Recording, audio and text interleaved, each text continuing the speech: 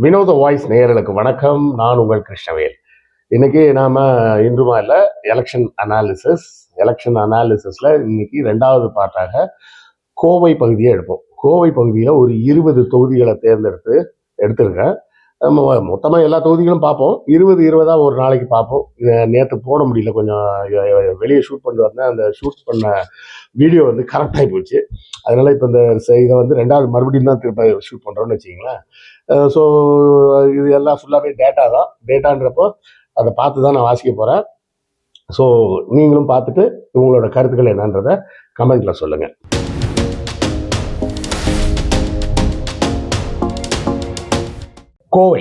கோவையை பொறுத்தவரை என்னெல்லாம் தொகுதிகள்னு எடுத்து வச்சிருக்கிறான்னு பார்த்தீங்கன்னா, கோவை வடக்கு, கோவை தெற்கு, மத்திய கோவை, சிங்காநல்லூர், கடுவம்பாளையம், சூலூர், கிணத்துக்கடவு, பொள்ளாச்சி, வால்பாறை, உடுமல்பேட், அப்புறம் திருப்பூர் வடக்கு, திருப்பூர் தெற்கு, பல்லடம், அவினாசி, மேட்டுப்பாளையம், ஈரோடு மேற்கு மற்றும் கிழக்கு, மொடக்குறிச்சி, கோபிச்செட்டிப்பாளையம், பவானி ஆகிய இந்த இடங்களை தான் நாம் பார்க்க போகிறோம். முதல் தொகுதியாக கோயம்புத்தூர் நார்த் வந்து போன முறை வென்றது அதிமுக. இது வந்து இன்னும் டிஎம்கே வந்து எக்ஸ்பான்ஷன் லெவலில் தான் இருக்குது. இன்டைரக்டான பிஜேபி இன்ஃப்ளூயன்ஸும் அந்த ஏரியாவில் இருக்குது. இதில் வந்து ஒரு மாதிரி ஒரு குறைந்த வாக்கு வித்தியாசத்தில் ஏடிஎம்கே வென்றுவிடும். அதுதான் இதோட நிதர்சனமான உண்மை. ரெண்டாவது கோயம்புத்தூர் தெற்கு. இப்போ ஏற்கனவே ஜெயிச்சது வானதி சீனிவாசன் ஜெயிச்சிருந்தாங்க. இங்கேயும் டைரக்ட் ஃபைட்டு தான். இது பிஜேபி அர்பன் ஏரியாஸில் கொஞ்சம் ஸ்ட்ராங் பாக்கெட்ஸ் இருக்கக்கூடிய ஏரியா. நல்ல கேண்டிடேட்டும் விசிபிளான கேண்டிடேட் தான். அர்பன் மிடில் கிளாஸ் மற்றும் பிஸ்னஸ் ஓட்டர்ஸ் தான் இதில் போட போகிறாங்க. மொத்தத்தில் பார்த்தோம்னா பிஜேபியே நின்னாங்கன்னா ஒரு குறைந்த வாக்கு வித்தியாசத்தில் எப்படியும் ஜெயிச்சிருவாங்க. மூணாவது பார்த்தீங்கன்னா கோயம்புத்தூர் சென்ட்ரல் வந்து போன முறை திமுகவால் வெல்லப்பட்டது. இந்த முறை பார்த்தீங்கன்னா கொஞ்சம் அப்படி இப்படி தான் இருக்கும் அப்படின்னு தான் தெரியுது. ஏன்னா அங்கே வந்து பிஜேபி இன்ஃப்ளூயன்ஸ் அதிகமாக இருக்குது. கோர் பேஸும் ஏடிஎம்கேக்கு தான் ஸ்ட்ராங்கு. டிஎம்கேவை பொறுத்தவரை மைனாரிட்டி கன்சாலிடேஷன் இருக்க, சிறுபான்மையினர் ஓட்டுகளை சேகரிக்கும் இடமாக இருக்குது. ஆனாலும் இந்த ஏரியாவில் வந்து கொஞ்சம் உடச்சி உள்ளே போகிறது திமுகவுக்கு கொஞ்சம் கஷ்டம்தான். இறுதியாக அப்போ யார் தான் ஜெயிப்பா அப்படின்னு கேட்டிங்கன்னா நம்ம யாரையும் சொல்ல முடியாது. இது வந்து எந்த பக்கம் வேணாலும் சாயம். அடுத்தது பார்த்தீங்கன்னா சிங்காநல்லூரில் போன முறை வென்றது ஏடிஎம்கே. டைரக்ட் ஃபைட்டு தான். இங்கேயும் கொங்கு பெல்ட்டோட இன்ஃப்ளூயன்ஸ் இருக்கும். கொங்கு பெல்ட் இன்ஃப்ளூயன்ஸ்னா வேற ஒன்றும் கிடையாது. கவுண்டர் சாதியை சார்ந்தவர்கள் அதிகம் வசிக்கக்கூடிய பகுதி. அதனால அது சார்ந்த வாக்குகள் தான் அங்கே நிறைய இருக்கும். சிங்காநல்லூரில் கொஞ்சம் வித்தியாசம் என்னென்னா, கொஞ்சம் இண்டஸ்ட்ரியல் லேபரர்ஸும் நிறைய இருக்கக்கூடிய இடம். இல்லை சின்ன சின்ன தொழில்கள் வச்சிருக்கிறவங்களும் நிறைய இருக்குது.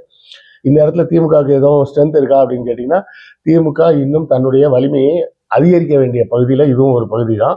இதில் வந்து குறைந்த வாக்கு வித்தியாசத்தில் அதிமுக வெல்ல வாய்ப்பு உண்டு. அதிமுக தான் வெல்லும். கடுவம்பாளையம் போன முறை வந்து அதிமுக தான் ஜெயிச்சிருந்தது. இதுவும் ஸ்ட்ராங்கான கவுண்டர் பிரசன்ஸ் இருக்கக்கூடிய ஏரியா. ஏடிஎம்கே கேடரும் ஸ்ட்ராங்காக இருக்குது. டிஎம்கே இன்னும் எக்ஸ்பான்ஷனில் தான் இருக்குது. இதெல்லாம் வச்சு பார்க்கும்போது குறைந்த வாக்கு வித்தியாசம்லாம் இல்லை, கிளியர் லீட்லேயே ஏடிஎம்கே ஜெயிச்சிடும். கொஞ்சம் இழுபறியில் ஜெயிக்கும் அப்படின்லாம் கிடையாது. கிளீனாக ஆட்சி ஏடிஎம்கே ஜெயிச்சிடும். அதில் மாற்றம் கிடையாது. அடுத்தது 6வது தொகுதி சூலூர் போன முறை ஜெயிச்சது அதிமுக. இப்போவும் அங்கே வந்து கவுண்டர் அலைன்ஸ் தான் அங்கே ஸ்ட்ராங்காக இருக்குது. ஸ்ட்ராங் கேடர் பேஸ் இருக்குது ஏடிஎம்கேக்கு. டிஎம்கேக்கு இன்னும் ப்ரெசன்ஸ் மட்டும்தான் இருக்குது. அது பிரேக் பண்ணி உள்ள இன்னும் பெரிய கன்சாலிடேஷன் நடக்கலை. ஸோ இங்கேயும் கிளியராக வெல்லப்போகுது அதிமுக தான் வெல்லப்போகுது. ஏதாவது ஒரு மேஜர் கிதப்பல் இருந்தால் தான் அதிமுக தோக்கிறதுக்கு வாய்ப்பு இருக்கே தவிர, மற்றபடி அதிமுக ஸ்ட்ராங்காக ஜெயிக்கக்கூடிய தொகுதி தான் இதுவும். அடுத்தால கிணத்துக்கடவு பார்த்தீங்கன்னா போன முறை அதிமுக தான் ஜெயிச்சிருக்கு. இங்கேயும் மறுபடியும் கவுண்டர் அதிகமாக இருக்கக்கூடிய பகுதி. ஏடிஎம்கேக்கு ஸ்ட்ராங்கான பூத் லெவல் ப்ரெசன்ஸ் இருக்குது.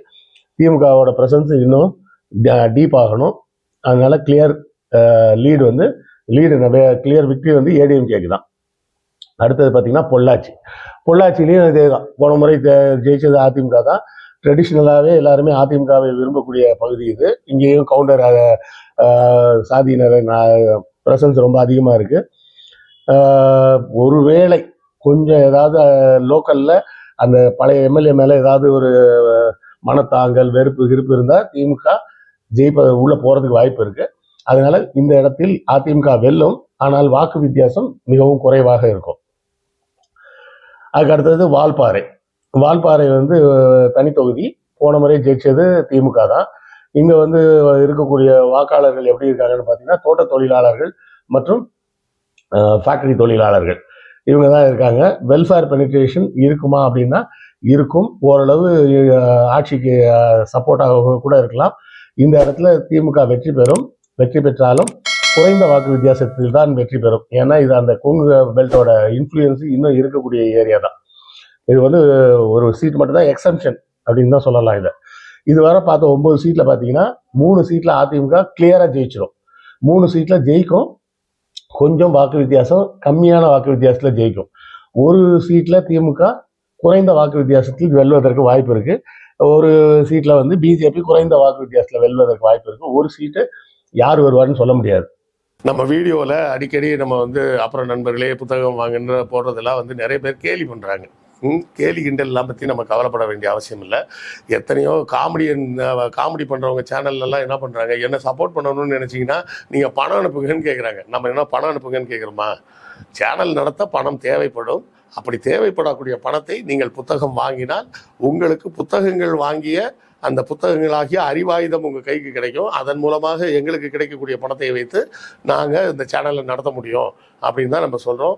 ஸோ புத்தகம் வாங்குங்க அப்படின்னு நான் கேட்பதில் நான் கூச்சப்படவில்லை. அதை பார்ப்பதற்கு நீங்களும் சலிப்படைய வேண்டிய அவசியம் இல்லை. புத்தகம் வாங்க முடியாதவர்கள் லைக் போட்டாலும் சப்போர்ட்டு தான், ஷேர் பண்ணாலும் சப்போர்ட்டு தான், சப்ஸ்கிரைப் பண்ணாலும் சப்போர்ட்டு தான், ஏன் கமெண்ட் போட்டிங்கன்னா கூட சப்போர்ட்டு தான். ஸோ ஏதாவது ஒரு வகையில் உங்கள் ஆதரவை நம்ம சேனலுக்கு கொடுத்துக்கிட்டே இருங்க. 10வது உடுமலைப்பேட்டை. உடுமலைப்பேட்டையில் பார்த்தீங்கன்னா இங்கேயும் கவுண்டர் இன்ஃப்ளூயன்ஸ் அதிகம் உள்ள ஏரியா. விவசாயம் சார்ந்த தொழில்கள் அதிகம் உண்டு. அதிமுகவுக்கு ரொம்ப ஸ்ட்ராங்கான ஏரியா இது. திமுகவோட ஸ்ட்ரென்த் இன்னும் கம்மியாக தான் இருக்கீங்க. இங்கேயும் கிளியராக அதிமுக வென்றுவிடும். அடுத்தால பார்த்தோம்னா 10வது தொகுதி பார்த்துட்டோமா. 11 திருப்பூர் வடக்கு. திருப்பூர் வடக்கு கொஞ்சம் டிஃப்ரெண்ட். என்னன்னு பார்த்தீங்கன்னா ஃபுல்லாக டெக்ஸ்டைல் ஹப். அது அங்கே ஒர்க்கர்ஸும் பிஸ்னஸ் ஓனர்ஸ் 2 கிளாஸ் தான். ஒர்க்கர்ஸ் லேபர்ஸ்னு 2 கிளாஸாக இருந்தாலும் 3வதாக இன்னொரு கேட்டகரி வந்திருக்கு. என்னன்னா மைக்ரண்ட் லேபர்ஸ். வடக்கு பகுதியிலிருந்து வந்திருக்கும் நண்பர்கள் நிறைய இருக்கக்கூடிய பகுதி. அவர்களும் இங்கே வாக்களிக்க போகிறார்கள். அதுதான் விஷயமே. அப்போ அவர்களது வாக்கு திமுகவுக்கு சாதகமாக இருக்குமா, பாஜகவுக்கு சாதகமாக இருக்குமான்றது ஒரு மிகப்பெரிய கேள்வி.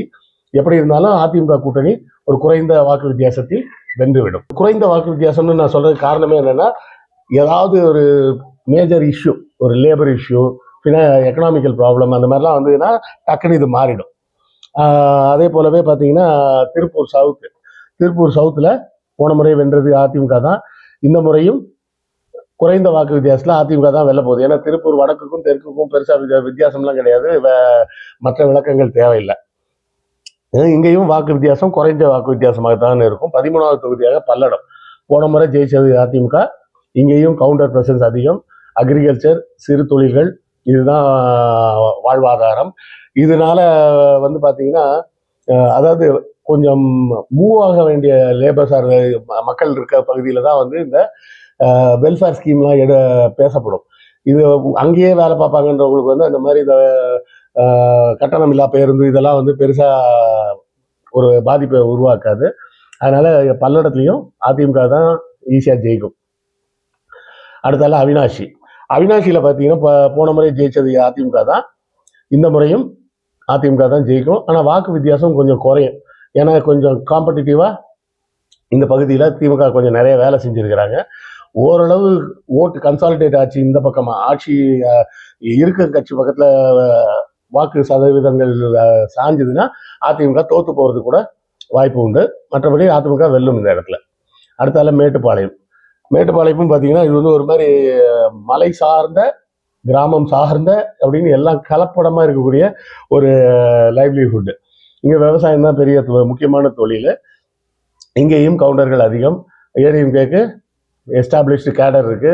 திமுகவுக்கு அப்படி ஒரு எஸ்டாப்ளிஷ்டு கேடர் பேஸ் கொஞ்சம் இல்லை. அதனால கிளியராக ஜெயிக்க போறது அதிமுக தான் ஜெயிக்கும். அதே போலவே ஈரோடு கிழக்குல போன முறை காங்கிரஸ் ஜெயிச்சிருக்கு திமுக அலையன்ஸ்ல. இந்த முறை நேரடி போட்டி. இதுல யார் ஜெயிப்பான்னு சொல்ல முடியாது. ஈரோடை பொறுத்தவரை, ஈரோடு கிழக்கை பொறுத்தவரை. ஈரோடு மேற்கு எடுத்தோம்னா போன முறை திமுக வென்ற தொகுதி. இங்கே வந்து இந்த பெனிஃபிட்ஸ் ஆஃப் இன்கம், இப்போது இருக்கக்கூடிய ஆட்சி கொடுத்துருக்கக்கூடிய வெல்ஃபேர் ஸ்கீமில் பயனாளிகள் அதிகம். ஆனால் அதிமுகவோட பேஸ் தான் ரொம்ப ஸ்ட்ராங்கான பேஸு. இப்படி ரெண்டுமே குழப்பமாக இருக்கிறதுனால ஈரோட்டில் இந்த தொகுதியிலும் யார் ஜெயிப்பான்னு சொல்ல முடியாது. அடுத்தது பார்த்தீங்கன்னா மொடக்குறிச்சியில் பார்த்தீங்கன்னா போன முறை ஜெயிச்சது அதிமுக. இங்கேயும் கொங்கு பெல்ட்டு தான் இது முழுக்க முழுக்க மொடக்குறிச்சி வந்து விவசாயம் சார்ந்த பகுதி. ஏடிஎம்கே ஸ்ட்ராங்காக இருக்கக்கூடிய ஒரு ஏரியா. அதனால் கிளியராக ஏடிஎம்கே ஜெயிச்சிடும் அப்படிங்கிறது ஒரு செய்தி. கோபிச்செட்டிப்பாளையம் 19வது தொகுதி கோபிச்செட்டிப்பாளையம். இந்த கோபிச்செட்டிப்பாளையத்தில் அதிமுக போன முறை ஜெயிச்சிருக்காங்க. இங்கேயும் கவுண்டர் பெல்ட் தான். அக்ரிகல்ச்சர், லோக்கல் ட்ரேடு, இதுதான் விஷயமே. ரெண்டு பகுதிகளுக்குமே இந்த இடத்துல வந்து ரெண்டு கட்சிகளுக்குமே ஸ்ட்ராங் கேடர் இருக்கு. அதிமுகவுக்கும் ஸ்ட்ராங்காக தான் இருக்கு, திமுகவுக்கும் ஸ்ட்ராங்காக தான் இருக்கு. ஆயினும் வெற்றி பெறப்போவது அதிமுக தான். கடைசி சீட்டு பவானி இது வந்து கொங்கு பெல்ட்டோட ஃபினிஷ் பண்ற லாஸ்ட் சீட்டு. இதுவும் போன முறை வென்றது அதிமுக தான். இந்த முறையும் அதிமுக இந்த இடத்துல கிளியரா லீட் பண்ணி வின் பண்ணும். ஸோ இந்த 20 சீட்ல எப்படி இருக்கு அப்படின்னு பார்த்தோம்னா அதிமுக 9 சீட்ல கிளீன் மெஜாரிட்டியோட ஜெயிச்சிருவாங்க. ஒரு 6 சீட்ல வாக்கு வித்தியாசம் சற்று குறைவாக இருக்கும்.